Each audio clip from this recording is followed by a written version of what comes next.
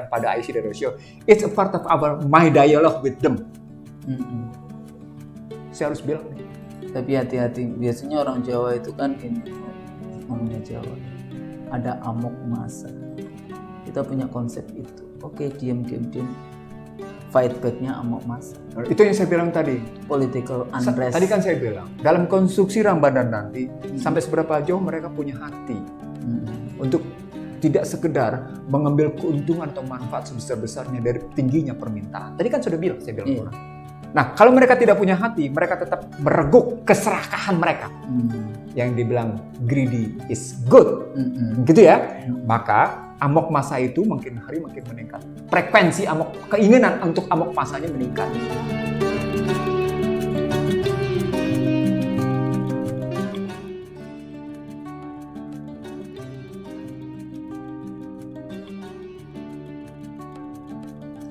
Bismillahirrahmanirrahim. Assalamualaikum warahmatullahi wabarakatuh. Waalaikumsalam warahmatullahi wabarakatuh. Kembali bersama program IC dari Riso bersama sahib saya Dr. Ihsanuddin Nursi dan Husnul Maria. Apa kabar Bang? Alhamdulillah. Alhamdulillah. Dalam lindungan dan berkah. Amin. Insyaallah. Amin. Alhamdulillah kita masih dikasih. Soalnya kalau memikirkan perempuan-perempuan yang harus membawa anaknya ke pengungsi apapun itu di Ukraina sana, tapi juga ada perempuan-perempuan di Palestina, ada di Gaza, di negara-negara yang masih terus-menerus bergejolak begitu ya. Nggak jauh-jauh kalau di Indonesia di mana sekarang? Papua ya, kita masih punya persoalan yang konflik kayak gitu dan sekarang kita juga jadi emak-emak ini juga agak sedikit pusing dengan segala macam kenaikan harga-harga. Ya, kenaikan harga. Masa minyak ratusan juta apa hitungannya itu? Kalau yang dijual ke luar negeri ratusan juta ton 40 kalau itu juta kiloliter. Tapi data saya sesungguhnya hitungannya sudah juta ton. 46,89 juta ton. Jadi bahkan ibu saya aja waktu saya telepon teriak-teriak, itu beli minyaknya ngantri bawa KTP. Aduh, kadang-kadang ya Allah ibu saya. Terus kita kan telepon, ya sudahlah beli yang ini. Nggak ada soalnya katanya kayak gitu. Jadi ini juga menjadi persoalan kemarin di mana? Di Bengkulu, Rejang Lepong dan sebagainya itu ngantrinya. Saya dapat gambar-gambar dari teman-teman dan video ya. Video beredar. Ya soalnya kan ipar saya itu dari Lahat, dari daerah situ kan, lewat Rejang Lepong situ. Walaupun dia sebetulnya Sumatera Selatan, tapi kita selalu kalau ke sana lewat Bengkulu. Yeah. Nah, jadi berbagai macam persoalan perang. Jadi kalau kita lihat balik lagi kita isu Ukraina Rusia, tapi kita melihat dari kacamata political ekonomi. Jadi dampak ekonomi apa yang akan terjadi di dunia kayak gitu, di level global maupun di level nasional dan lokal. Jangan sampai nanti isu minyak yang sebetulnya urusan minyak goreng, urusannya sebetulnya hanya pemerintah dengan para bandar, tahu-tahu bicara karena ada perang di Ukraina, atau dipakai alasan kayak gitu ya, justifikasi mereka dengan kesulitan padahal ketidakmampuan administrasi, government, semuanya, ketidakmampuan mereka di dalam mengurus policy fail-nya itu. Yeah. Tapi pada level global saya masih ingat waktu itu Bang Nursi bicara tentang SWIFT, ya. Katanya waktu saya mendengarkan pidatonya si Biden yang kayak gitu, pidatonya yang dari media-media di barat di Amerika, itu kan kemarin yang sudah dibahas oleh Bang Nursi di video kita sebelumnya. Yeah. Nah, tapi kemudian apa yang respons barat yang selain mengirimkan senjata, mengirimkan para militernya ya, kalau saya nggak tahu siapa yang sudah mengirimkan. Cuma waktu itu kan mereka siap juga mengirimkan, padahal mereka Ukraina kan belum menjadi anggota NATO. Betul. Ya dalam konteks ini, tapi dianggapnya ya sudah, dia udah apply. Terakhir apply kan pada saat perang kan, tanda tangannya itu Zelensky itu. Oh, iya. Nah, tapi gini Bang, kalau dilihat dari peta ekonomi gitu ya, dan keras nih sanksi ekonominya mereka, bagaimana caranya Rusia itu diisolir oleh Barat gitu, sampai semua kan, dan mereka nggak cuma sekedar pemerintah, jadi elitnya, para elitnya Rusia kayak gitu, crazy rich-nya mereka, ya mereka blokir juga, udah mulai kemana-mana. Dan kemudian juga pada saat yang sama tutup semua itu yang namanya apa, food ya, kalau yang makanan-makanan cepat saji dan sebagainya, bank-banknya Rusia semua ditutup di dalam konteks itu. Bahkan penggunaan apa namanya uangnya Rusia apa? Rubel itu langsung jatuh juga. Nah ini kan itu secara karena kesalahan kebijakan suku bunga acuan. Kalau jatuhnya rubel. Enggak, nanti diterangkan itu. Bagaimana ketergantungan sebetulnya sebagian dari negara Barat kepada Rusia, bahkan Amerika sendiri. Dan tidak cuma sekedar minyak sebetulnya, minyak dan gas, tapi juga gandum kan. Jadi Rusia, Ukraina itu sebetulnya pemasok gandum global ya. Jadi itu kan pangan. Kalau kita mungkin nggak terlalu, tapi kita 100% loh gandum itu impor. Kita kan nggak punya kan Indonesia. 100% terigu itu kita impor. Itu ininya, gandumnya itu kita impor 100% dah. Pemain-pemain yang lain sebetulnya Australia, tapi Australia itu punya kebijakan tarif yang luar biasa untuk ekspor, makanya Amerika suka marah kepada Australia karena Australia memberikan subsidi kepada petaninya, karena itu dari Partai Nasional yang itu sebetulnya koalisi tetapnya Partai Liberal, sehingga dikasih tarif barrier-nya dihilangkan di dalam konteks itu. Nah akhirnya termasuk gandum Australia itu termasuk yang bisa berkompetisi di tingkat global. Amerika nggak suka itu yang seperti itu karena dia kan lebih private gitu ya, jadi swasta yang menguasai, private lead public. Nah balik lagi ke hegemoni global sebetulnya di dalam konteks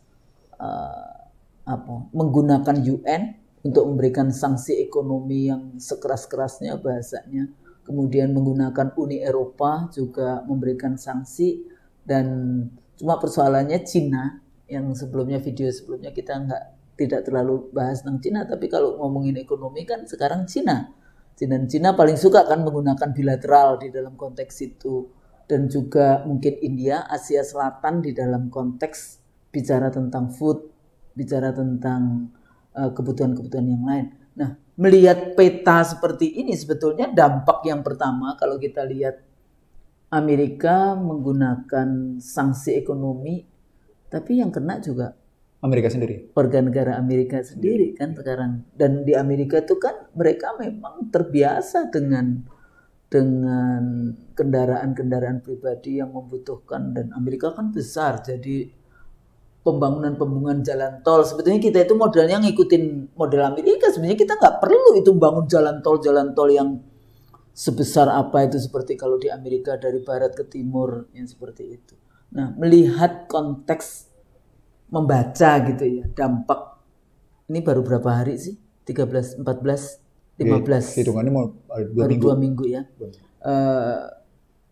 Apa yang terjadi dengan perang Ukraina Rusia dan kemudian dampak ekonominya baik pada negara-negara di Eropa maupun di Amerika Serikat dan sekutunya ya. Jadi sekutunya ini ya ini, dan kemudian negara-negara yang sebetulnya non-blok, kalau kita bicara non-blok seperti Indonesia dan ASEAN dan negara-negara Asia Selatan, Afrika.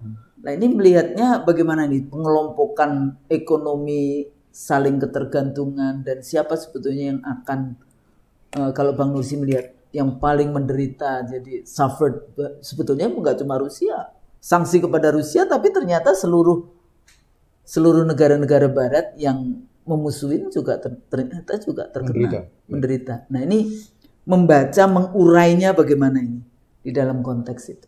Yang pertama soal transaksi Rusia terhadap negara mana saja. Ya kita lihat. Ketika masyarakat Amerika menggeliat karena perang ini disebabkan kenaikan harga energi, gitu ya. Putin pidato. Jangan salahkan kami kalau di negeri Anda sendiri harga energi menggeliat. Naik, iya. Karena Rusia mengekspor energi ke Amerika hanya 3% dari kebutuhan Anda, katanya gitu. 3%. Cuma 3%. Cuma 3% dari Rusia ke Amerika. Dan dia makanya sekarang mencari ke Amerika Latin ya? Enggak. Untuk misi. Atau dia keluarkan savingnya dia? Justru sekarang kalau Husno langsung lompat ke situ, pasar Eropa, pasar Amerika itu digantikan dengan negara-negara yang tidak ikutan sanksi ekonomi. Oh begitu. Jadi makanya Putin tenang-tenang aja. Ini nanti ada data menarik yang saya mau bilang sama Anda. Nah, data menarik. Nah, itu kalau ceritanya langsung ke Amerika. Artinya ketika saya ngomongnya dalam sebuah pertemuan di hotel di kawasan selatan. Di kawasan selatan itu waktu itu harga minyak baru mencapai $93 per barel untuk West Texas Industry, WTI. Sekarang 100 ya? Sekarang sudah 124. 124. Kemarin tembus 130. Mestinya Indonesia bisa untung itu. Nanti dulu ke situ. Nanti bahkan terpukul Indonesia di situ. Ya. Brand 94 waktu saya ngomong. Saya bilang ini akan tembus ke 120. Itu saya ngomong sekitar sebulan lalu gitu ya. Mereka nanya nih teman-teman karena itu diskusi tertutup. Kenapa? Saya bilang nanti ada masalah dan nanti akan terkena dampak Indonesia cukup dalam. Saya bilang. Jadi kenyataan. Saya ngomongnya cuma sampai 120 dan tembus sampai 124 gitu. Apa poinnya? Poinnya kan sebelum yang namanya perang Ukraina, Jeremy Powell, Chairman of Federal Reserve, itu sudah mengambil sikap untuk tapering off, menghentikan quantitative easing, kebijakan uang murah. Artinya menghentikan cetak uang. Menghentikan cetak uang artinya menaikkan tingkat suku bunga karena inflasi mereka naik. Jadi inflasi Amerika naik itu sesungguhnya sebelum perang Ukraina. Sebelum ya namanya Rusia katakan ikut menggunakan. Jadi ekonominya sebetulnya sudah dalam posisi tidak berat dalam posisi tidak baik-baik saja. Tidak baik-baik saja. Artinya paket stimulus yang dimunculkan di bawah Biden yang saya bilang dari 4,9 menjadi 6,9 triliun US dollar itu tidak juga memperbaiki posisi Amerika. Padahal kan era kayak Trump itu mereka kan selalu ngomong American first. Itu nggak ada dampaknya. Kenapa ekonominya jatuh? Yang ketika Husno jawab kayak gitu, muncul kajian dari Peterson Institute for International Economics dan Kementerian Perdagangan Amerika. Mereka bilang Cina masih belum memenuhi transaksi 200 miliar US dollar. Artinya, Cina bilang kami bukan soal tidak memenuhi. Tentukan dulu kesepakatan kita dengan beberapa hal lain. Jadi Cina masih bertahan.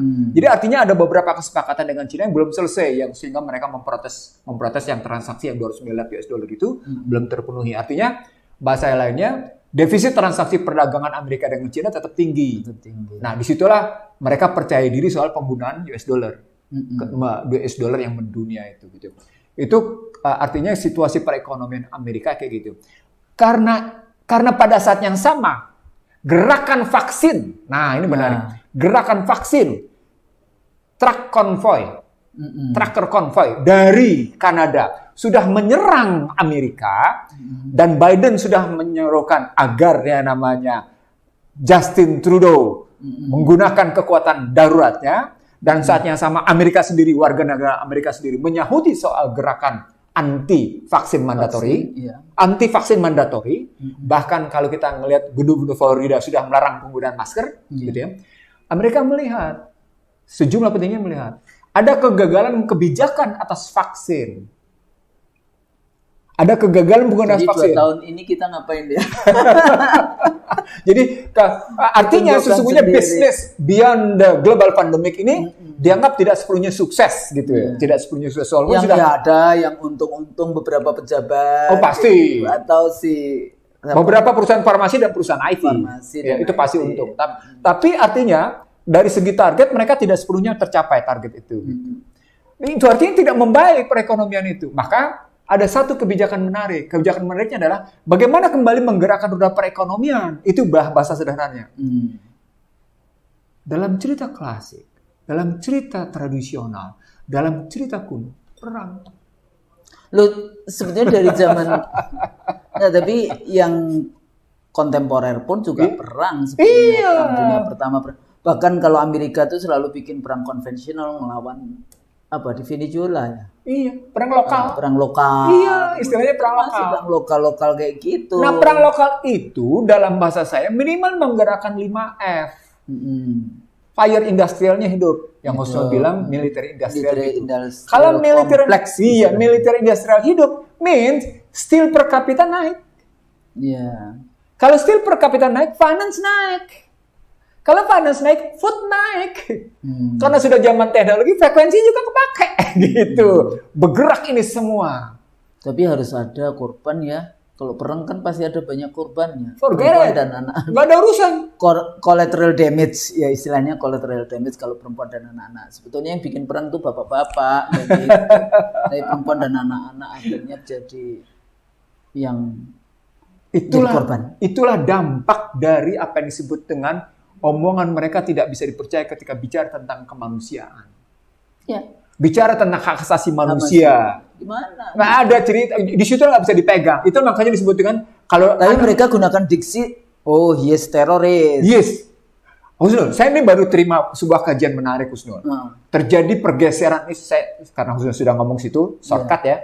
Kajian yang paling menarik, yang paling saya terima terakhir adalah menurunnya dominasi Barat. Itu kajian mutakhir tuh, yang saya baru terima baru beberapa hari lalu. Jadi kajian itu dibuat oleh beberapa kalangan dan menariknya tidak muncul dari satu kalangan.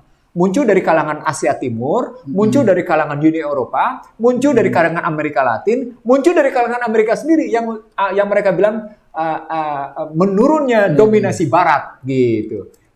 Artinya mereka melihat bahwa sesungguhnya perlawanan Cina, perlawanan Rusia, perlawanan musuh yang saya sebut betapa jatuh ke bus dalam memunculkan potensi perlawanan dari musuh-musuh Amerika, itu menjadi kenyataan sekarang. Itu jadi sekarang terbuka kayak gitu. Bukan terbukti bahwa sesungguhnya jatuh ke bus yang dulu kayak gitu kebijakan yang memunculkan perlawanan dari musuh-musuh potensial Amerika, 18 tahun kemudian menjadi kenyataan gitu loh. Dan kenyataan itu adalah Barat dominasinya menurun. Saat yang sama, kan mereka tetap ingin ekonomi mereka bergerak. Stimulus paket stimulus mereka tidak terlalu. Disitulah muncul perang Husnul. Nah, ketika muncul perang, sebuah negara, 5 indikator yang foodnya tidak punya ketahanan. Jadi yang disebut dengan food security-nya rendah, gitu ya. Yang finansialnya rentan. Gitu ya, di sini volatile, fragile, ya, posisi. Jadi foodnya parah, finansialnya parah, gitu ya. Ketergantungan importnya tinggi, gitu ya, pada barang-barang hajat hidup orang banyak, gitu ya. Dan selalu mengikut kebijakan global, yang padahal kebijakan global itu bisa menjerumuskan, kayak gitu. Yang kelima yang menarik, yang kemudian industri teknologinya juga tergantung pada luar. Dia pasti terkena Husnul. Dia pasti terkena. Disitulah kena Indonesia Husnul. Jadi Indonesia bukan hanya semuanya ini. Kena semua. Jadi bukan hanya tapi kenaikan. Sebetulnya juga food gitu. Kalau kita bicara tentang pangan, nggak cuma ketahanan tapi sebetulnya sovereignty, kedaulatan pangan. Sebenarnya Indonesia itu masya Allah ya kita punya, tapi kita tidak dikelola dengan baik, ya kan? Jadi sebenarnya pangan itu sebetulnya kalau kita dipotong semua dari luar, kita lempar kayu, gimana lagunya Kus Plus, bisa jadi tanaman. Jadi sekitar 2007, sekitar 15 tahun lalu, Universitas Muhammadiyah Jogja mengundang saya berdiskusi tentang pangan, terutama dalam kaitan dengan masyarakat ekonomi ASEAN, persiapannya. Lawan bicara saya kebetulan salah seorang guru besar IPB. Saya bilang, ini loh, problematik ketahanan pangan kita yang jauh dari perspektif kedaulatan. Nah, kebetulan Menteri Pertaniannya waktu itu ketemu saya dengan itu, dan saya bilang, Anda nggak bisa loh hanya bicara, tatap muka saya ngomong, Anda nggak bisa loh hanya bicara ketahanan pangan. Saya bilang, Anda harus bicara kedaulatan pangan. Dia bilang, tenang Bang, undang-undang nanti bunyinya adalah Undang-Undang Kedaulatan dan Ketahanan Pangan. Dan itu international organization ya yang memaksa kedaulatannya dihilangkan. Nah, itulah yang disampaikan oleh salah seorang guru besar di IPB ke saya dalam forum itu. Karena mereka bilang gini, kami tidak menyukai kata-kata kedaulatan pangan itu dalam undang-undang. Dan itu terbuka mereka ngomong terhadap pemerintahan. Dalam hati saya, baru tahu ya, yang namanya Barat itu kalau sudah mendikte Indonesia itu dengan gaya arogan. Saya ulang, dengan gaya arogan. Jangan salah loh, Putin ngomong kayak gitu terus. Tapi orang Barat juga ngomongnya Putin arogan. Jadi gaya orang Barat mendikte Indonesia itu arogan. Arogan sekali. Arogan sekali cara mendikte. Jadi imperialis. Iya, memang imperialis. Memang imperialis. Jadi saya balikin lagi. Jadi kan kategorisasi atas yang namanya food security itu 4A. Dia affordable, bisa dijangkau. Ya. Dia tersedia, available. Jadi bisa available duluan, bisa affordable duluan. Available duluan deh kita bilang. Available, affordable. Ya. Lalu setelah itu dia accessible, bisa diakses. Dan yang terakhir acceptable, kualitasnya memadai. 4A. Ini dianggap sebagai indikator ketahanan pangan. Maka dibikinlah indeks ketahanan pangan beberapa negara. Struktur Indonesia dalam persoalan ketahanan pangan itu di ASEAN tidak pernah bergerak lebih dari peringkat 4. Peringkat 4, peringkat 5, peringkat 4, peringkat 5, peringkat 4. Terus Thailand yang paling tinggi ya? Singapura. Negara yang tidak punya pertanian. Tapi gimana? Itu sampai yang namanya bunga orchid flower yang dikirim ke Eropa itu. Itu dari Singapura. Eksportirnya Singapura. Eksportirnya Singapura. Saya bilang, gila dia cuma punya tanah seiprit bisa menguasai bunga orchid itu apa Mas bahasa Indonesia? Bunga matahari bukan ya? Apa? Orchid. Anggrek, ya, anggrek, ya. Jadi, sorry, kita tidak dekat dengan bahasa flamboyan. Nah, sorry, balik lagi ya. Balik lagi, Husnul. Balik lagi. Itu available, affordable, accessible, and acceptable. Nah, itu untuk ketahanan pangan. Indonesia mestinya nggak boleh begitu. Saya jadi bahasnya soal ini. Tapi poinnya adalah kalau kita bahas 5F tadi, gitu ya. Dalam konstruksi Ukraina, Indonesia terkena semua seperti Anda bilang tadi. Dan yang paling menarik adalah ketika harga energi, ya, ketika harga energi, ya. Fuel salah satunya kan, salah satunya fuel di situ. Harga energi BBM, itu terus melejit, terus melejit. Apa dampaknya? Jadi 5F yang statusnya impor dalam ilmu ekonomi namanya cost push inflation. Cost push inflation. Simpulannya mereka menyebutnya sebagai imported inflation. Inflasi karena barang-barang impor mengakibatkan cost push inflasi karena dorongan biaya. Gitu ya, Bu. Nah, kebayang nggak di tengah yang namanya sawit kayak gini, minyak goreng kayak gini, terus kita dipukul oleh yang namanya impor BBM, ya, dipukul oleh yang namanya kenaikan harga-harga pokok lain, apa dampaknya bagi inflasi? Tinggi, naik dia.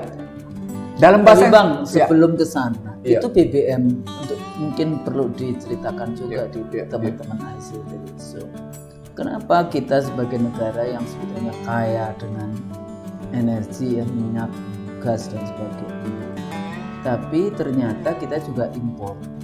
Jadi kita mengekspor crude oil, kemudian kita import yang sudah jadi dengan harga yang mahal. Kan di situ kan sebetulnya isunya. Ada dua problem. Kita mengimpor dua. Kita mengimpor crude oil juga dan produk oil juga. Kita crude juga masih impor. Bukannya kita yang mengekspor crude oil, tapi kita baliknya lagi sudah yang jadi produknya. Karena semua refinery kita, mesin kilang kita, refinery kompleks kita, itu tidak mampu atau tidak bisa mengolah minyak yang kita punya. Karena teknologi untuk minyak murah, sementara yang kita import adalah minyak mahal. Minas itu setara dengan Brent. Tapi kita itu sudah berapa puluh tahun pemasangan sebelum aja bisa. Saya untuk memperbaiki, mereka menyebutnya sebagai revitalisasi kilang, itu butuh investasi besar. Jadi ketika ada seorang presiden menyatakan kita akan mengurangi impor minyak gitu. Tapi sebetulnya persoalannya itu political will. Karena import bagi mereka itu lebih gampang untuk red tape. Betul. Jadi misalnya setiap barrel itu berapa juta barel? Setiap barel habis. Enggak, ya maksudnya saya tadi. Bahasa saya adalah gini. Sebetulnya kita bisa, tapi tidak ada political will untuk. Ada kata-kata tapi. Just a word. Ya political will maksudnya ya sampai enggak dong, political will just a word kan boleh juga dalam rangka itu. Kenapa enggak? Jadi Anda salah juga. Tuh, no action talking only. Jadi, Husnul. Oke, balik lagi ke salah. Indikatornya bukan sekedar itu, Husnul. Apa? Indikatornya penting mengubah undang-undang Minerba, penting mengadakan undang-undang Cipta Kerja, penting mengadakan undang-undang KN, undang-undang Migas tahun 22, nomor 22 tahun 2021 nggak ada urusan. Padahal yang menyebabkan salah satu sebab produk kita atas crude oil itu berkurang, itu karena tadi Undang-Undang 22 tahun 2001 ini nggak beres. Dan itu kami gugat sebenarnya Husnul berkali-kali. Muhammadiyah bahkan pernah ikut gugat, ya kan? Dia pernah ikut gugat. Sampai akhirnya SKH Migas dibongkar. Kita pernah ngomong itu di tempatnya siapa? Di sini juga, tapi sekilas itu kita bicara. Di tempatnya Refli ya? Refli Harun yang waktu itu bicara tentang Migas. Ya, saya kebetulan jadi saksi ahli berkali-kali. Jadi poinnya adalah ini kebutuhan kita sesungguhnya untuk memperbaiki iklim investasi. Tapi karena kita terlampau sedemikian rupa mengikuti model Barat, saya bilang model Barat sesungguhnya model Amerika. Dan dokumennya ada, Husnul. Jadi saya punya dokumen. Ya, dominasi Barat itu Amerika adalah pemimpinnya. Iya. Dari situ kelihatan betapa kita dalam rangka mengelola saja untuk itu kita mengikuti doktrin-doktrin dari Barat, arahan dari Barat. Nah, begitu juga terhadap yang namanya perjanjian utang luar negeri terhadap Bank Dunia. Caranya sampai ke situ. Jadi akhirnya kita tidak punya kekuatan untuk mengelola sendiri fuel. Kebutuhan 1,4 juta barel per hari. Saya hitungnya 1,4 juta barel, gitu ya. Kalau kita lihat ini ambilan di sini untuk lifting minyak hanya 703. Berarti ini sekitar, kalau saya bilang sih tetap 800.000 barel kita impor. Kebayang nggak 800.000 barel kita impor?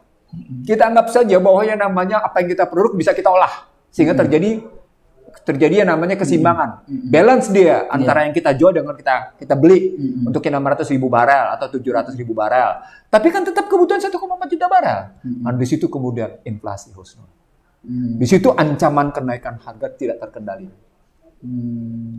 Itu positif. Makanya Presiden Republik Indonesia Joko Widodo mengatakan jangan kaget nanti kalau ada kenaikan barang-barang. Itu sebenarnya di situ. Ya, pokoknya dulu itu ada Menteri Perdagangan. Iya. Itu saya masih jadi anggota KPU itu. Ya. Jadi Menteri Perdagangan siapa tahu lah. Itu dia waktu BBM dinaikkan, ya zamannya SBY ya, BBM dinaikkan. Udah kayak gitu dia keluar, atau zaman Megawati ya. Dia keluar dari pasar. Yang dari CSIS itu. Iya, zaman Megawati ya. Dia keluar dari pasar, dia mengatakan, nggak ada dampaknya dengan pasar karena BBM naik. Loh gimana sih? Semua barang-barang yang naik itu kan karena BBM naik kayak gitu. Ini kan variabel terpenting di dalam konteks harga unit satu harga gitu. Dia nggak ngerti istilah benchmark commodity. Jadi ada benchmark price, ada benchmark commodity. Dia mesti tahu nih ada benchmark produk. Dia mesti tahu nih. Ketika kita bicara benchmark commodity, means yang namanya dolar hitam itu mempengaruhi hampir semua komoditas strategis. Itu yang namanya benchmark commodity. Itu ujungnya adalah soal benchmark price. Padahal namanya. Dia itu ahli ekonomi. Iya, walaupun kemudian saya tahu juga. Tapi gini Bang, balik lagi karena kita tadi kan bahas bahwa balik lagi Ukraina Rusia. Iya. Jadi ada, tapi ini cuma ini aja, apa namanya, cuk aja. Jadi kenapa Belarus itu belain Rusia terus? Oh iya, kalau namanya bela Ukraina, belain Ukraina. Belarusia enggak. Balik lagi ke dampak dari sanksi ekonomi yang diberikan oleh UN maupun oleh Amerika sendiri, oleh Barat, tapi sebetulnya diterima tidak seluruhnya oleh negara-negara di Eropa, Eropa Barat terutama Jerman. Nah, ini sebetulnya kalau tadi di Amerika akhirnya kan harga ya kayak energi naik. Dan akhirnya kan rakyat Amerika sendiri kalau energi naik, BBM naik, itu akan punya dampak ke seluruh isu dari yang tadi ya. Dan yang paling menikmati adalah the highest level of the Republic Party. Ya partai. Nah, karena mereka pemainnya fosil. Iya. Mereka pemain. Nah, Tapi yang menariknya lagi, dan mereka sebetulnya masih punya itu katanya tabungan sekian. Makanya salah satu kritik di Amerika, kenapa itu orang-orang para bandar ya atau para korporat itu kayak gitu. Kenapa dia tidak mempertahankan dengan, kan dia sudah punya keuntungan gede, mana ada materialisme berpikir begitu. Sekarang saya mau bilang sama Osnul, sesungguhnya dengan Ukraina versus Rusia, dunia sedang dikasih tahu bahwa bagaimanapun fosil tetap menentukan. Dan fosil itu fosil energi maksud saya.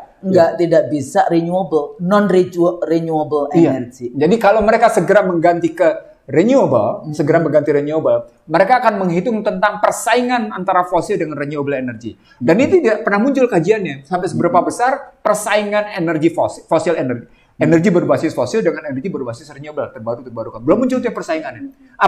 Saya ingin mengatakan penguasanya tetap di sana. Iya. Mereka yang nanti sebetulnya kita juga punya kekuatan di situ. Iya, sangat. Tapi mereka nggak suka juga gimana dominasi itu. Indikatornya adalah kelangkaan minyak goreng. Karena itu dijual untuk kepentingan energi. Iya. Oke, balik lagi ke situ. Gimana Eropa dalam konteks itu? Kan menariknya katanya Rusia juga sudah mulai mengurangi pasokan gasnya. Kalau ke Jerman enggak, karena Jerman langsung menarik. Jerman enggak ya? Jerman ke beberapa. Tapi dalam kajian yang saya dapat adalah seluruh pasokan Rusia ke kawasan-kawasan yang kemudian mengikuti sanksi total sanction, economic total sanction namanya. Jadi total sanksi ekonomi ya. Dari Amerika, dari NATO, Rusia Cina dengan renyah menyatakan seluruh potensi penjualan mereka yang kami yang ambil katanya. Iya. Loh, artinya sesungguhnya Cina sedang meningkatkan ketahanan energi dia yang luar biasa dari permainan. Kan mau tidak mau ketika minyak naik, batu bara ikut naik, gas ikut naik. Cina bilang, di mana kita cari harga yang kemudian relatif tidak terlampau ikut naik tapi tetap bagus? Rusia. Itu diikuti. Begitu juga negara-negara lain ikut ngambil pasar ke Rusia, dan Putin dengan dalam mengatakan, kan, mari kita bikin perjanjian baru katanya. Dan dia hitung dalam konteks ini. Itu hukum keadilan Allah yang saya sebut sebagai bencana berhubungan. Di sini ditekan, di sini naik. Walaupun di media-media itu selalu ngomong NATO, the West, and the rest of the world. Dipikirnya kita the rest of the world pasti ikut Amerika. Kita bisa tidak ikut Amerika dan tidak ikut Putin. Bisa aja. Iya, bisa aja. Kenapa enggak? Itu salah satu pertarungan fuel. Nah, yang menarik lagi dari pertarungan fuel ini, pertarungan energi, gitu ya.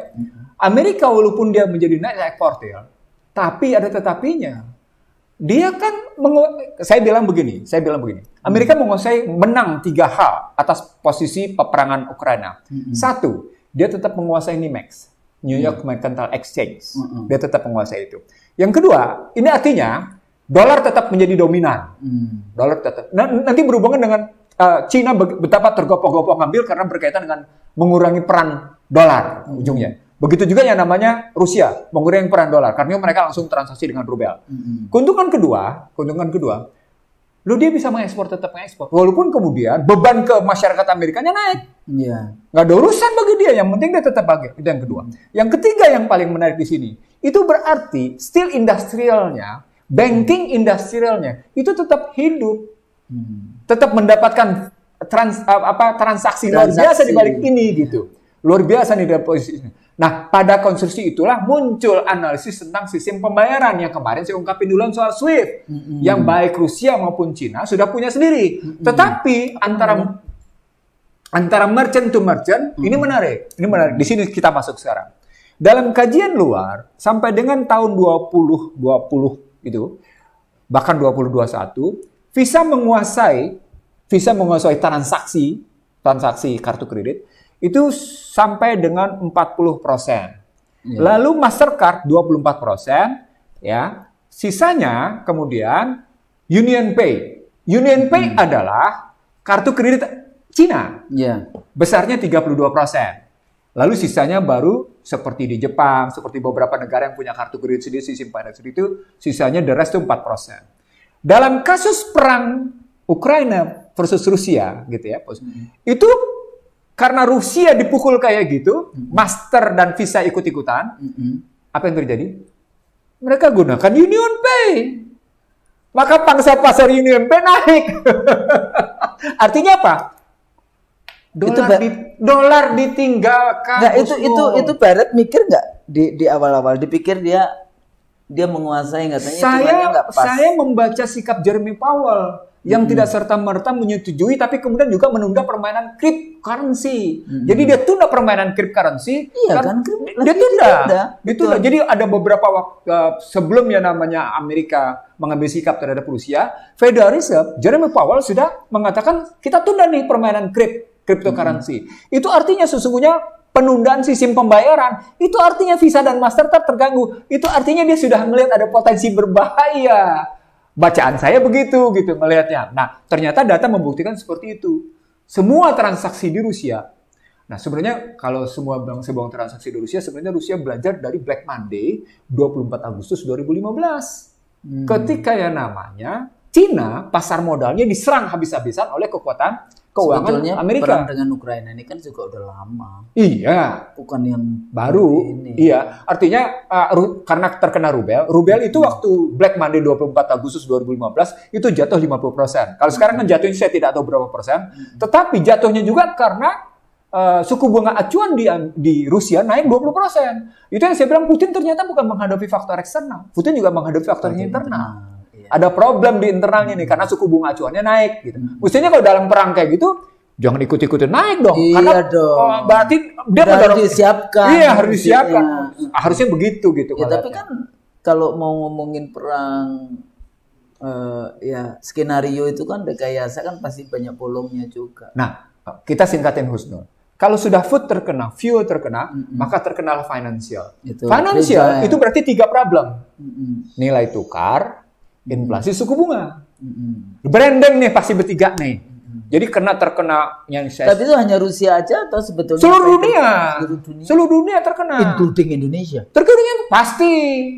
Makanya asumsi atau katakan target bahwa $1 itu bergerak antara 14.200 sampai dengan 14.500, ini saya kira akan terkena nih dampaknya nih. Karena sekarang baru bulan Maret, ya kan? Sekarang bulan Maret. Sementara untuk sampai dengan akhir masih sekitar 9 bulan lagi. Nah, 9 bulan dalam situasi yang saya bilang ini perang akan berkepanjangan. Itu artinya fluktuasi nilai tukar menjadi terancam, rentan di tengah yang namanya kerentanan harga minyak. Itu berarti terkena suku bunga, itu berarti terkena inflasi gitu. Padahal kita mau Ramadan ini, Bang.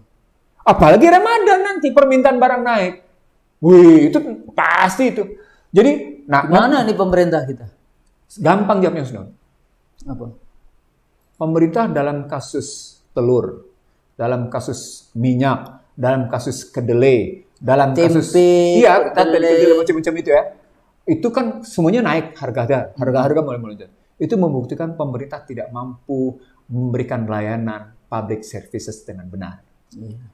Kenapa? Karena sesungguhnya public services dalam bahasa ininya public goods stabilitas harga, itu adalah hajat hidup orang banyak.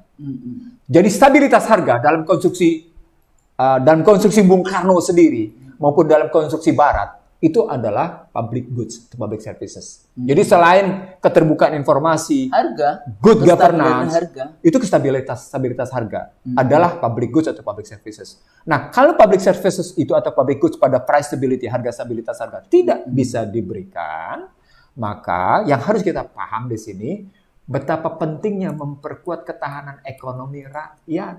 Kita baru 3 nih Husnul, food, gitu ya, fuel, financial. Nggak usah bicara frekuensi deh, di mana kita nggak sama sekali. Frekuensi. Nggak usah bicara fire deh. Padahal kita lagi daring nih. Iya. Udah betapa parahnya gitu lah mau ngeliat ke situ. Kalau import ini siapa ini posisi import? Posisi Eropa di dalam konteks itu. Bicara tentang dampak perang dengan isu import. Masyarakat Uni Eropa bilang begini, Anda boleh merasa memberikan jaminan pasokan gas ke kami. Tapi jarak antara Amerika dengan Uni Eropa juga dibandingnya namanya jarak Rusia dengan Uni Eropa, suffocated lah. Seberapa besar Anda punya tanker untuk memasok Uni? Sampai kayak gitu muncul pertanyaannya. itu gas itu. Iya. Enggak, pertanyaannya sampai kita sekarang baru melihat akhirnya kayak begitu itu pengiriman gas-gas dari Rusia itu. Dan Anda perlu tahu, pertanyaan itu pertanyaan bukan sekedar pertanyaan kekhawatiran. Tapi pertanyaan apa yang disebut dengan jaminan pasokan. Jaminan pasokan. Dalam bahasa kerennya feedstock-nya.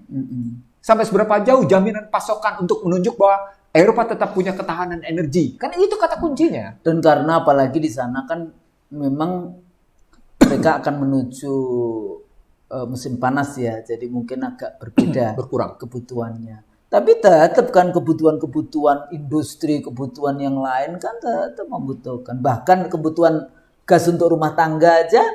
Ketika Husnul bicara tentang kebutuhan industri, disitulah saya bisa memahami kenapa Putin dan Xi Jinping tidak mengambil sikap ketika Barat sibuk dengan global climate change yang intinya adalah mengurangi emisi karbon. Tapi itu kan lagi-lagi propaganda. Enggak. Kita paham propaganda.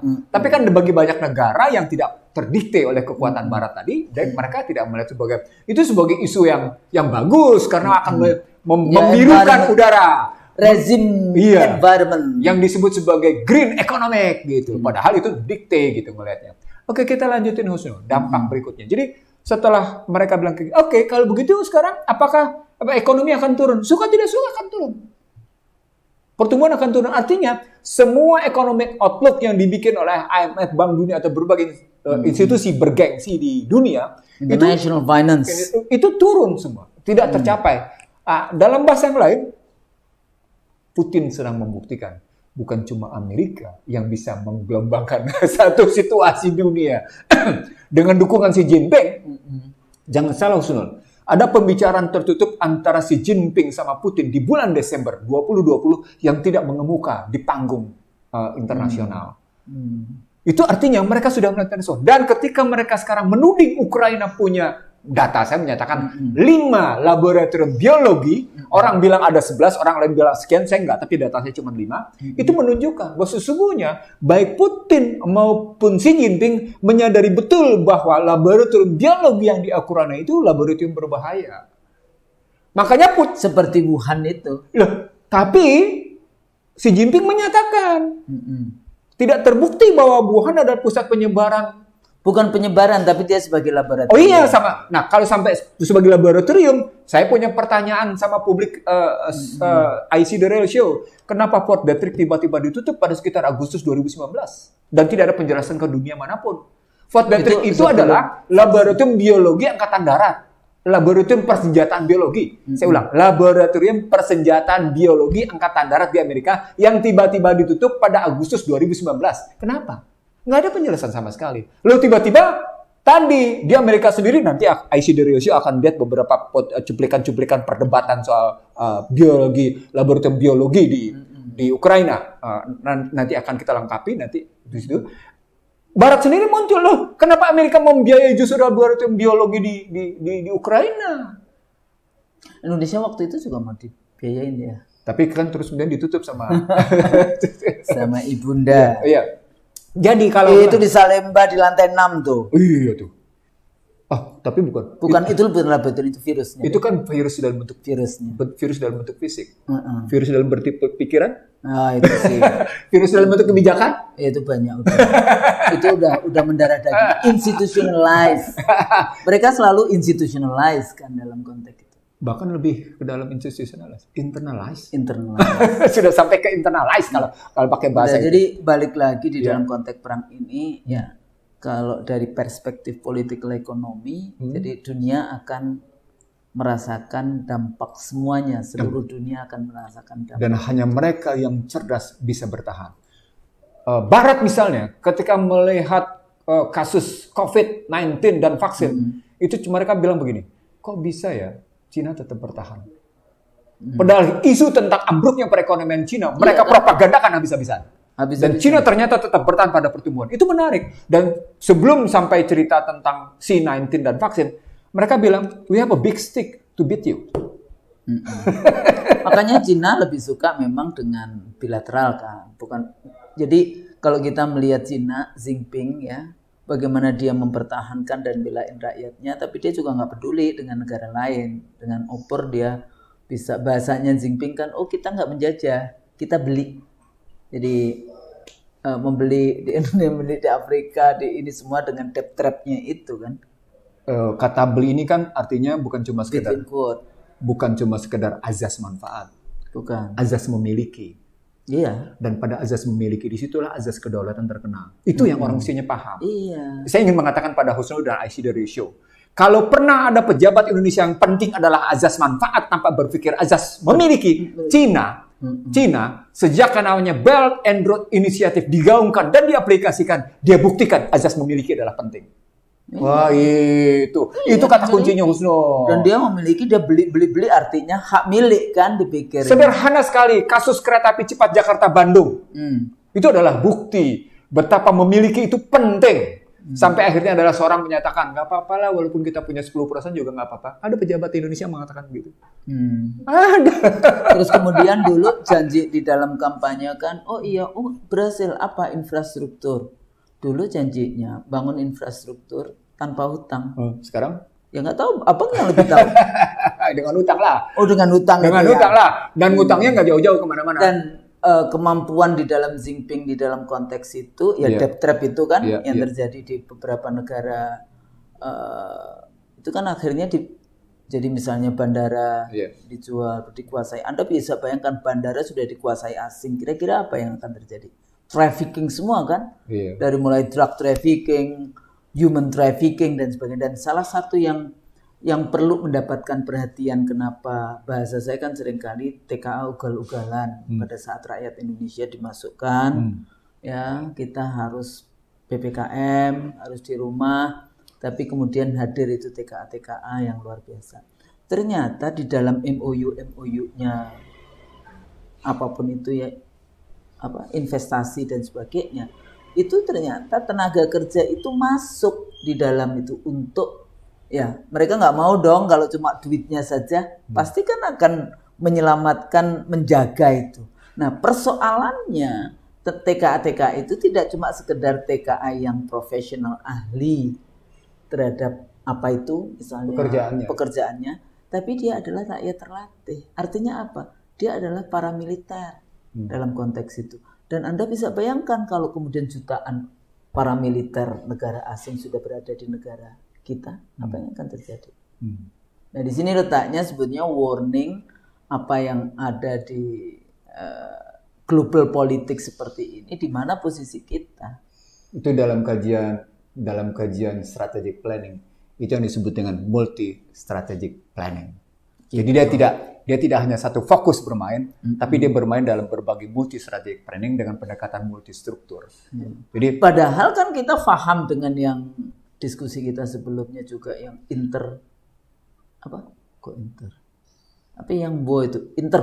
connectivity war. Iya kan? Connectivity war ini kan semuanya nih, ada finance, ada semuanya itu kan. Inilah yang connectivity, migration. Masuk di connectivity war. Betul. Memang asal muasalnya kerjanya migrasi, tapi dikaitkan dengan teknologi. Nah, itulah connectivity war. Dan sekarang akhirnya.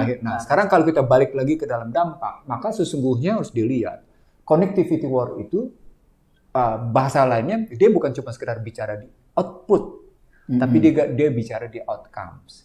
Nah, ketika kita kita tiga tadi sudah berbahaya. Kita berbahaya di food. Kita berbahaya. Walaupun food itu kalau orang Indonesia itu mesti dijodotin ke tembok, baru kemudian kita nanti, dan baru kemudian nanti keluar. Brilliantnya itu akan keluar, gitu ya. Jadi food, yang kedua fuel. Insya Allah karena kita bukan daerah yang Allah kasih luar biasa lah, lautnya, daratnya dan sebagainya. Terus jadi food, fuel. Lalu berikutnya financial. Nah, begitu masuk financial, saya bilang tadi terkena tentang nilai tukar, terkena suku bunga dan inflasi. Yang paling parah adalah terkenalah beban APBN.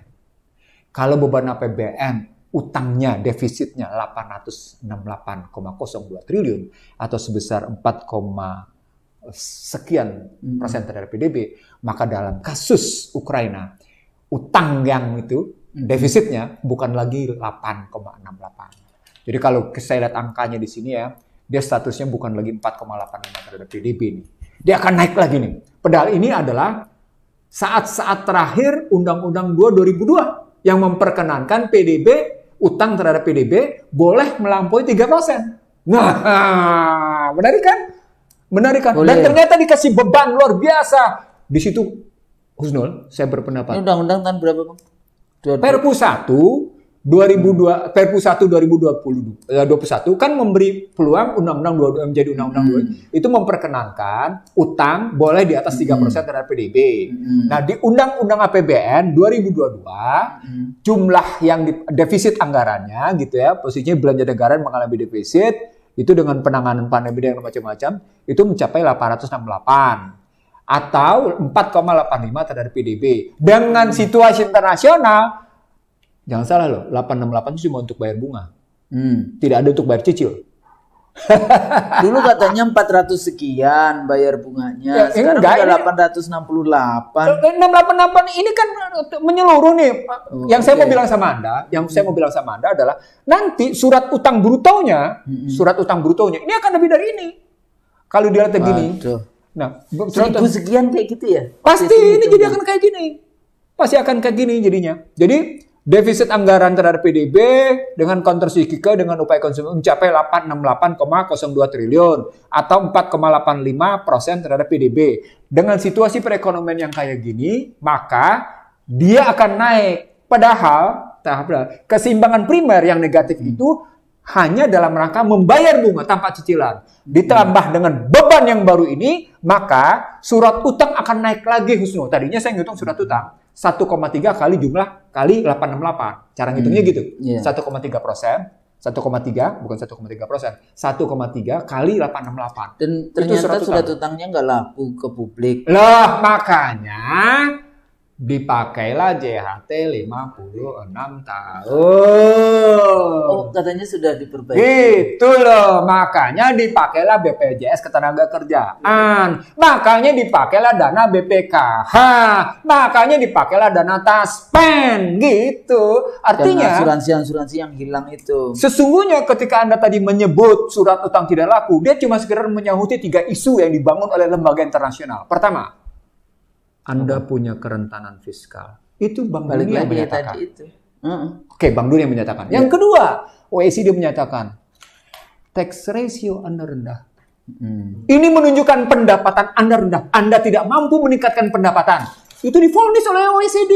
2, Moody's menyatakan sumber daya alam Anda dan pajak Anda tidak mampu mengatasi defisit anggaran. Ini apakah bacaan dari para korporat atau para international finance barat itu yang berkolusi dengan para elit ekonom, penguasa, pejabat dan korporat nasional, jadi hegemoni globalnya plus dengan hegemoni nasionalnya versus intelektual dan akademik membaca itu gimana? Nah, sederhana Husnul. Sepanjang Anda ikut terdikte dengan model barat, ya sudah pasti kita akan gitu. Dan Anda bukan sekedar didikte pada kebutuhan akan uang. Anda didik yang saya bilang tadi, uang dan uang, kemudian terdikte yang tadi saya bilang, virus pikiran. Virus kebijakan. Iya. Materialisme, liberalisme kayak gitu. Sampai yang namanya demokrasi pun adalah project kayak gitu. Sampai sedalam itu kan? Iya. Maka sesungguhnya perang Ukraina cuma sekedar picu. Makanya saya bilang Allah ini maha adil sekali. Dia sekaligus menunjukkan ketidakmampuan. Itu yang saya bilang pemerintah gagal jadinya. Jadi bertubi-tubi dia. Jadi ketika Anda bertanya, ada posisi di mana Indonesia dalam konstruksi perang Ukraina-Rusia? Dia tetap jangankan bicara eksternal. Tadi yang how do you have capacity to solve the problem? Gitu lah leader. To be the leader. Kalau ke dalam aja nggak mampu nyelesain gimana cara? Maksudnya leadernya itu fighters leader, mendamaikan, menginikan, jadi global role gitu ya. Kalau pakai konstruksi bangsa terbelah, leaders, fighters, managers, operators, janitor. Kata kunci berikutnya, ini janitor operator atau ini janitor leaders atau janitor atau leader janitor, gitu kan? Dia nggak mungkin jadi leaders fighters, karena ternyata akhirnya seperti yang kita lihat sekarang, dia kata kuncinya lebih dalam konstruksi begitu gitu. Apakah kemudian menjadi operator leaders atau leaders operators, kan gitu. Next paling tepat sedikit, managers leaders atau leaders managers. Ini ada di bangsa terbelah, kelas pemimpin gitu. Jadi silakan. Tapi balik lagi sekarang, seberapa jauh potensi krisisnya? Nah, sekarang kita jawab. Karena pengertian krisis adalah, Husnul ya, karena pengertian krisis adalah dalam 2 semester pertumbuhan ekonomi terus-menerus menurun, itu bahasa krisis, maka sesungguhnya mungkin tidak disebut sebagai krisis. Tetapi dampaknya adalah mereka pernah menargetkan tahun lalu menargetkan pertumbuhan ekonomi 5%. 5% lebih sedikit. Kenyataan cuma 3,8. Sekarang kalau yang mereka targetin pertumbuhan ekonominya kalau dilihat di sini mencapai 5 sampai dengan 5,5%. Nah, dengan krisis kayak gini, sementara target 2021 adalah realisasi dari 2021 adalah 3,8. Saya bisa bilang begini, ini mungkin gerakannya menjadi 3,8 plus minus gitu ya, 0,5. Jadi dia bisa 3,3, dia bisa 0,43. Tergantung sekali pada kondisi seberapa bijaksananya para oligarki bisnis membanjiri pasar dengan likuiditas. Gitu. Di tengah mereka telah berhasil mempermainkan pasar dengan mendikte harga, baik pada tahu tempe kedelai, baik pada telur, baik pada minyak goreng, baik pada daging. 400 yang paling terakhir. Nanti akan kelihatan sesungguhnya nanti bagaimana mereka bercengkrama ke dalam harga itu di Ramadan. Akan kelihatan sampai seberapa jauh mereka sampai hati memainkan harga. Nah, saya ingin mengatakan di sini pada level di sini, sesungguhnya kalau ngeliat petanya kayak gini, ini problem betapa sesungguhnya pemerintah tidak menguasai secara struktural setiap komoditas strategis. Saya ulang, setiap komoditas strategis. Artinya setiap hajat hidup orang banyak, pemerintah tidak lagi bisa apa-apa kecuali minyak goreng itu bandar. Yang punya sawit-sawit itu bandar 9 naga itu. 12. Oh, 12. 12. Ada 12 bandar itu. 12 bandar. Saya 10 terakhir aku baca. Cuma yang 9 itu ini, yang 10 itu saya punya pengalaman. Saya punya pengalaman pribadi soal itu. Jadi saya ingin mengatakan saja, saya tahu. Ada sih sebetulnya temanku itu bandar tapi dia nggak masuk di 9 aja. jadi saya tahu persis ini pertarungan ini. Saya bilang sama Anda, Husnul. Saya bilang kepada Aisyah dari Reso. Saya tahu persis pertarungan ini. Saya tahu bagaimana sederhana kok permainannya. Di satu sisi pemerintah mengeluarkan kebijakan B30. B30 itu berarti perubahan dari diesel berbasis fosil menjadi biodiesel. Biodiesel itu basisnya minyak goreng. Minyak gorengnya kemudian ketika diekspor mengeluarkan biaya ekspor yang mereka bilang biaya untuk ekspor. Dari biaya ekspor ini dipakai lagi untuk mensubsidi para perusahaan sawit untuk bikin B30. Jadi pertanyaan besarnya, siapa yang paling menikmati soal B30 ini, keuntungannya? Ya itu tadi. 2 kali. Bang, sebentar. Itu sawit. Itu sebenarnya tanahnya milik siapa? Negara asal muasalnya. Dan itu ada yang punya sampai 9 juta hektar yang kayak gitu-gitu. Husnul, kalau sampai di situ saya sedih, Husnul. Karena saya tahu secara pribadi beberapa pejabat yang memberikan keleluasaan pada mereka. Itu sawit-sawit itu udah merusak. Ininya merusak. Dia kan single, dia membunuh yang kalau di Indonesia kan macam-macam kayak gitu ya. Saya harus katakan pada isi dari show dan Husnul. Strategi permainan saya sesungguhnya adalah permainan properti. Cuma masuk ke dalam properti perkebunan. Untuk jangka generasi berikut, mereka tidak sepenuhnya bermain dalam kerangka properti perkebunan. Mereka sudah main dalam properti perkotaan. Makanya kemarin kalau kita jauh Husnul, mereka mikirnya, Husnul. Iya. Itu ada. Jadi kalau IKN itu muncul sederhana, itu karena latar belakangnya mereka sudah berpikir tentang properti perkotaan. Gitu, dan nanti dia tukar guling lagi. Istana siapa yang beli? Yuk kita beli dulu yuk. Punya duit nggak Mas Haji? Sudah. Husnul, saya terus terang, saya harus mengatakan sama Husnul, saya harus mengatakan pada Aisyah dari Ratio, it's a part of my dialogue with them. Saya harus bilang nih. Tapi hati-hati, biasanya orang Jawa itu kan ini ngomongnya Jawa ya. Ada amok massa. Kita punya konsep itu. Oke, diam. Fight back-nya amok massa. Itu yang saya bilang tadi. Political unrest. Tadi kan saya bilang, dalam konstruksi Ramadan nanti, sampai seberapa jauh mereka punya hati untuk tidak sekedar mengambil keuntungan atau manfaat sebesar-besarnya dari tingginya permintaan. Tadi kan sudah bilang, saya bilang orang. Nah, kalau mereka tidak punya hati, mereka tetap mereguk keserakahan mereka. Yang dibilang greedy is good. Gitu ya. Maka amok massa itu makin hari makin meningkat. Frekuensi keinginan untuk amok massanya meningkat. Akan terus dia naik, Husnul. Itu sosiologi politik ya, bukan ini, itu teorinya banyak. Gitu. Memang begitu. Jadi satu potensial amok massa tadi itu terus dipupuk gitu, dan itu berbahaya. Dan saya sesungguhnya bukan ngomong sekarang, Husnul. Sejak kalau tadi pakai pendekatan potensi, saya bilang begini. Andai kata ada sumber ledakan, maka sesungguhnya sumbu ledakan itu sudah makin dekat ke titik ledakan kalau tidak segera kita matikan. Itu bahasa saya sederhana, Husnul. Jadi sumbu ledakan ini sudah terbakar dan makin dekat ke titik ledak. Dan kita harus matikan. Namanya lit the fire-nya. Gitu. Iya. Maka jangan bicara soal 3 periode. Oh, stop itu. Itu sebetulnya bikin survei, bikin apa. Udah tahu itu adalah melanggar konstitusi. That's it. Stop. Apa poinnya kalau melanggar konstitusi?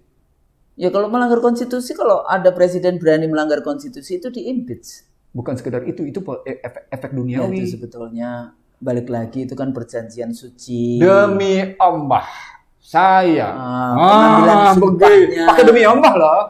Pengambilan sumpah. Jadi nanti balik lagi kita nggak dapat rahmat dari Allah, nggak dapat barokah dari Allah, dan akhirnya orang yang teraniaya itu doanya. Maka saya menyebut dalam satu tempat, sesungguhnya Indonesia sudah masuk dalam level krisis multidimensi. Betul. Jadi sudah masuk dalam level krisis multidimensi. Kalau sudah masuk dalam krisis isu ketidakadilan, isu ekonomi, isu gap antara kaya miskin, capital accumulation yang tidak seimbang, tanah-tanah penguasaan tanah, semuanya itu. Bahasa sederhananya, kasus Ukraina versus Rusia adalah mengingatkan betapa pentingnya penyelesaian multistruktur karena kita sudah mengalami krisis multidimensi. Jangan sibuk ada nggak kira-kira yang pejabat dan elit itu duduk terus what can I do, what can we do ya supaya tidak sampai ke negaraku gitu, gimana? Ada, Husnul. Ada ya? Ada yang kontak saya. Ada yang Oke. Mereka masih punya akal sehat kata. Mereka bang kita ngobrol yuk gitu. Kita ngobrol. Saya bilang kalau tukar pikiran oke lah. Saya bilang kita siap duduk gitu ya. Ada kok, Husnul. Jadi tidak dari 100 orang masih ada 1-2 orang yang punya. Dari 750 gimana tuh? Kalau 750 kalau di situ 575 plus itu dia 575 ditambah dengan 200 sekian 136 ya. 100 sekian lah itu ya di DPD gitu ya. Saya kira masih ada juga. Masih ada juga. Jadi ya udah kita call them gitu ya. Ini sebagai kayak misalnya coba difikirkan, jangan sampai kemudian nanti sudah seperti Ukraina baru kemudian kita teriak-teriak kayak presiden. Gini, Husnul. Ukraina teriak. Saya ingin mengingatkan penguasa. Soekarno jatuh, inflasi 600%. Terjadi berantakan. Ya, kelangkaan beras. Ya. Jadi orang makan apa dulu? Makan bulgur. Bulgur. Tapi ternyata bulgur sehat. Iya, gitu ya. Oke. Dulu saya ikut makan bulgur itu. Ya, sebenarnya karena kebetulan orang tidak paham di balik bulgur itu karbohidratnya tinggi. Gitu, bukan, karbohidratnya tetap tinggi. Karbohidratnya tinggi. Oke. Itu era Soekarno. Inflasi, bahasa sederhana saya adalah inflasi adalah serangan pertama dari Barat terhadap setiap kepemimpinan mereka tidak sukai. Sampai dengan awal abad 21, Barat masih menggunakan konstruksi inflasi sebagai senjata pertama untuk menembak siapapun. Ya. Kejadian di Mesir, kejadian di Libya, terjadi di Tunisia, kejadian di Syria. Semua Arab Spring itu? Iya, semuanya kejadian. Pintu senjata pertama yang dipakai adalah inflasi. Soeharto jatuh juga inflasi 68%. Ya kan? Dia pukul nilai tukar, inflasi nggak kerukuran. Sekarang dia nggak pakai nilai tukar. Dia pukul dengan yang namanya Barang-barang import semuanya, dorongan inflasi naik. Maka indikatornya adalah sampai seberapa jauh APBN dipakai untuk mengendalikan inflasi. Kemarin mereka berhasil menyuap rakyat lewat kartu Indonesia Sejahtera, lewat kartu macam-macam, sehingga walaupun terjadi kenaikan harga, rakyat tidak marah. Termasuk namanya dana desa kan? Ya. Nah, itu sebenarnya bagian dari itu kalau kita mau lihat gitu ya. Karena ada pemilu 2019. Ada pemilu.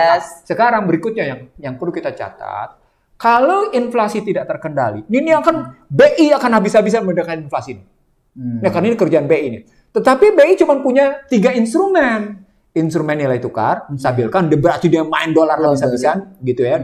Instrumen kedua adalah giro wajib minimum reserve requirement. Itu akan dimainkan di situ, minimum reserve. Lalu berikutnya adalah soal suku bunga acuan. Biasanya ada alat keempat, moral persuasion. Tapi ini semuanya pendekatan riba.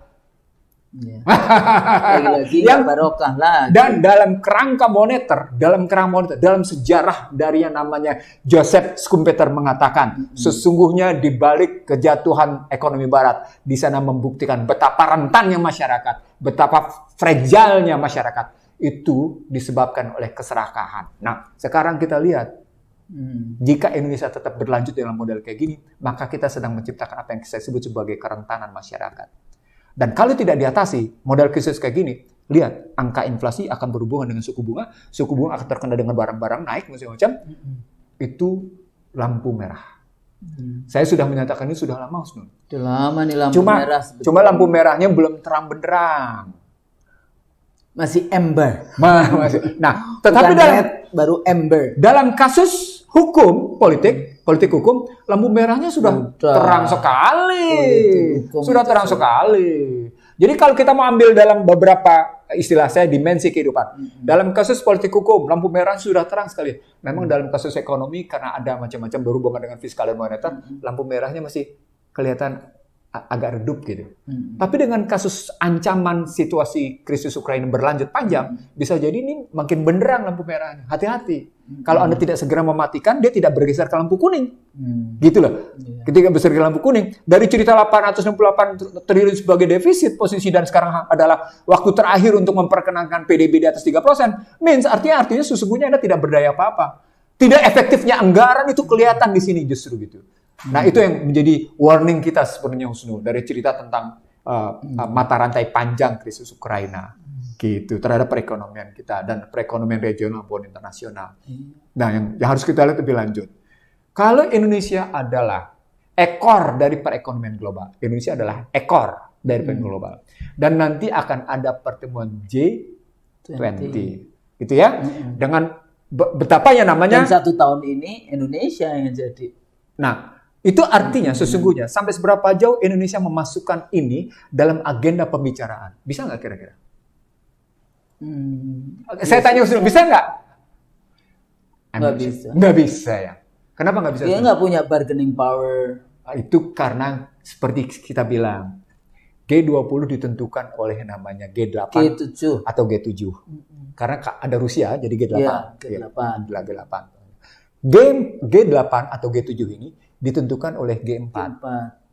Artinya siapapun yang mau bicara di situ mesti bicara. Walaupun akhirnya sekedar komunikasi bersama. Iya, komunikasi bersama itu kan geng. Nah, salah satu indikator penting adalah kita harus lihat World Economic Forum akan bicara apa. Karena itu dianggap sebagai forum dunia yang mengarahkan dunia di situ. Nah, tapi kita bicaranya jangan polos membacanya, Husnul. Saya ulang, membacanya tidak boleh polos. Itu yang World Economic Forum itu yang sempat ada come to invest in my country. Iya.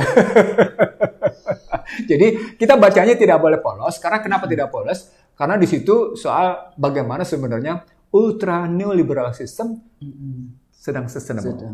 Jadi sustainability ultra neoliberal system itu dilakukan oleh World Economic Forum. Itu yang saya mau katakan pada IC The Real Show. Sebagai penutup, Husnul, yang harus kita paham. Kita sesungguhnya, kalau kita pahami posisi kita, kita tidak sedang berhadapan dengan pihak luar, Husnul. Internal. Kita sedang berhadapan dengan posisi internal. Yang kekuatan ekonomi. Yang hanya hegemoni nasional. Yang berkolaborasi dengan luar. sepanjang yang namanya ada pemimpin berkarakter seperti Vladimir Putin, berkarakter ya, bukan soal bervisi, beda loh. Beda. Berkarakter sama bervisi. Dia national interest. Nah, itu. Jago. BC itu kita lihat, begitu gitu. Atau berkarakter seperti pengganti Angela Merkel. Sekarang ya. Lain kan? Ceritanya dia menunjukkan betul gitu loh. Jangan kita bilang, kalau saya terakhir ngeliat Jacinda Ardern, saya sedih. Karena ternyata dia patuh pada cerita forum gitu.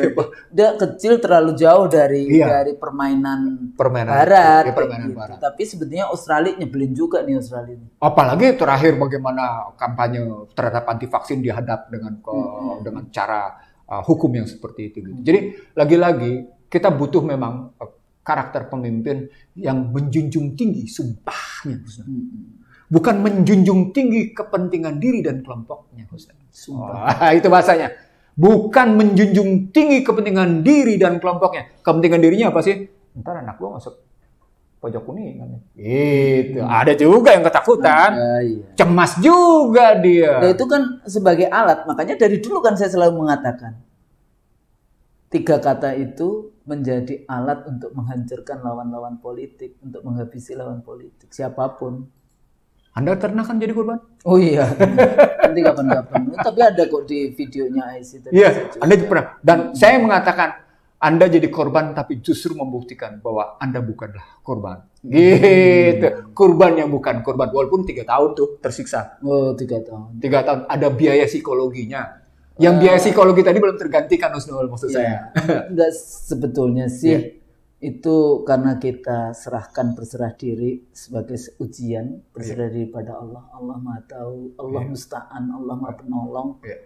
Sepertinya ya enggak terlalu tidak terlalu berat di dalam konteks itu. Udah balik lagi sebetulnya semua ini kalau Anda ideologi materialisme, kemudian ada neokolonialisme, imperialisme, semuanya ini kan dalam rangka yang tadi ya kerakusan, ketidakjujuran, ingin menguasai dunia sendirian, kayak gitu kan, tapi tidak mau sharing power, sharing wealth gitu ya, sharing tapi mau dikuasai sendiri. Bahkan kalau saya melihat mempersiapkan akhir dunia seperti nanti dipikirnya nggak rusak juga kan, makanya semuanya dikumpulkan supaya nanti kalau sudah kiamat dipikirnya nggak ikut kiamat kayak gitu kan. Nah, banyak hal yang sebetulnya itu balik lagi kepada inti dari peradaban itu sendiri, inti dari ideologi itu sendiri. Dulu kan mereka selalu mengatasnamakan civilization. Ini juga kayaknya Putin juga ngomong itu civilization, padahal sebetulnya kolonialisme gitu ya. Jadi kolonialisme kemudian imperialisme yang sebetulnya itu 350 tahun negara-negara Islam di Nusantara. Jadi sebetulnya bukan Indonesia yang dijajah, tapi negara-negara Islam di Nusantara ini dijajah oleh VOC, kemudian oleh Belanda dan Jepang. Itu kan dipakai juga kan sih. Siapa yang bisa mengalahkan Inggris, Belanda, Jepang?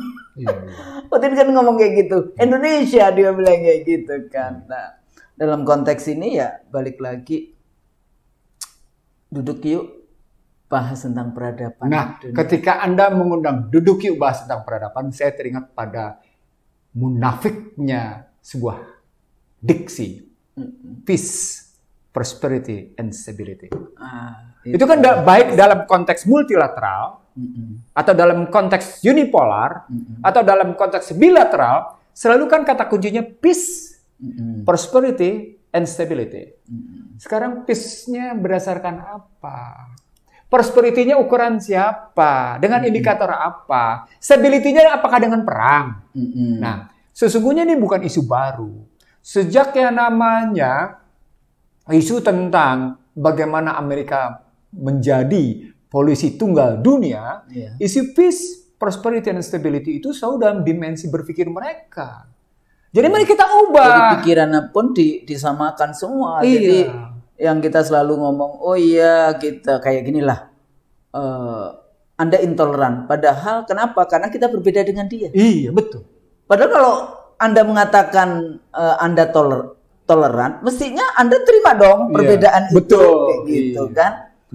Kita berbeda-beda, bineka tunggal ika kayak gitu kan. Jangan jadikan jadi disamakan, disatukan pikiran. Jadi kalimatnya begini, jangan perbedaan itu jadi permusuhan. Betul. Itu kalimatnya. Kan perbedaan itu rahmat.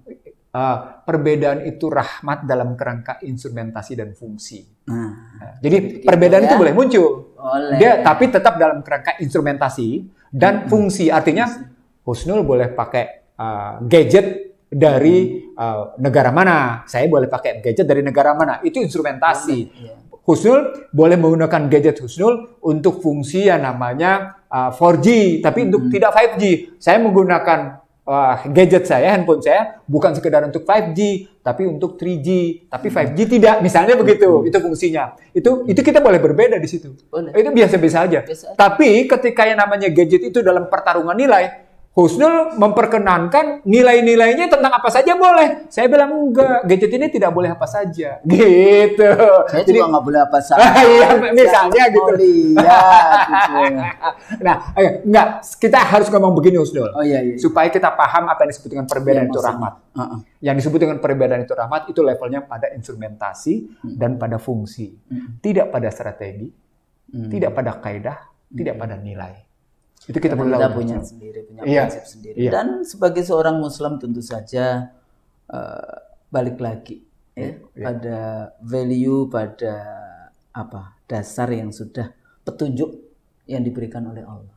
Kita ikuti petunjuk Allah Al-Quran dan kita ikuti petunjuk Rasulullah Al-Hadis. Kalau itu kita ikuti, insya Allah kita selamat di dunia dan akhirat. Ketika Anda membunuh satu manusia yang tidak bersalah, maka Anda sama dengan membunuh seluruh manusia. Apa poinnya? Tegakkan kedamaian. Dan jangan pernah melakukan pembunuhan hanya didasarkan Anda. Saya lebih kuat dari Anda. Dan saya lebih menentukan bahwa kebenaran pada saya. Dan Anda salah. Dan karena itu patut dibunuh. Itu nggak boleh. Apalagi kalau kemudian perang berdasarkan kepentingan-kepentingan materialisme itu tadi. Iya kan? Jadi baliknya lagi Husnul. Yang saya maksud dengan Ukraina ini mempertebal keyakinan krisis multidimensi dan ini harus selesai dengan pendekatan peace, prosperity, and stability dalam cara berpikir yang sama. Dalam panduan berpikir yang sama, bukan panduan berpikir barat. Jadi peace, prosperity, and stability bukan dalam berpikir panduan barat, nggak boleh. Dalam panduan berpikir dunia yang memang akhirnya membawa kedamaian, gitu. Maka kita akan hidup dalam yang disebut dengan peace and globality. Kedamaian dalam kehidupan global. Iya, gitu. Islam itu damai. Jadi gitu Bang. Terima kasih sebetulnya kita sudah diskusi panjang lebar. Mudah-mudahan diskusi kita ini mencerahkan, memberikan perspektif yang mengisi kekosongan perspektif di dalam melihat apa sebetulnya yang terjadi dan mempersiapkan diri kita para pejabat. Ada yang kalau saya baca di komen-komen, bagaimana sampaikan ini pada pejabat lah, kayak gitu kan. Kita kan posisinya dosen ya, kita mengajak siapapun yang silahkan kalau ternyata pikiran-pikiran kita pantas disampaikan, Anda silahkan sampaikan kepada pejabat, siapa yang dekat dengan pejabat silahkan, kayak gitu. Posisi kita ngomong di YouTube pada hakikatnya kita sudah sampaikan ke mereka. Iya kan? Kita sekarang kita bikin sekarang kayak gini kan tujuannya untuk bisa mereka dengar. Kalau mereka memang sorry to say, kan memang punya dan mereka kenal juga dengan mudah bisa telepon saya, bisa dengan mudah telepon Bang Nursi kayak gitu kan. Kita bukan dari planet lain sulit untuk diakses kayak gitu. Kecuali yang saya mau bilang tadi, kecuali Anda memang punya telinga tapi tidak mendengar, punya mata tidak melihat, punya hati tapi tidak bisa merasa, itu lain lagi. Itu namanya sumbuk umyum. Layak kilun, apalah tak kilun. Gitu ya pemirsa, mudah-mudahan apa yang kita bahas ini insya Allah ada manfaatnya dan jadi ilmu yang bermanfaat untuk kita semua. Mudah-mudahan generasi-generasi muda bangsa ini belajar dari the world surrounding you. Jadi untuk semua yang ada di sekitar kita. Kalau kami salah tentu saja kami mohon maaf. Assalamualaikum warahmatullahi wabarakatuh. Waalaikumsalam warahmatullahi wabarakatuh.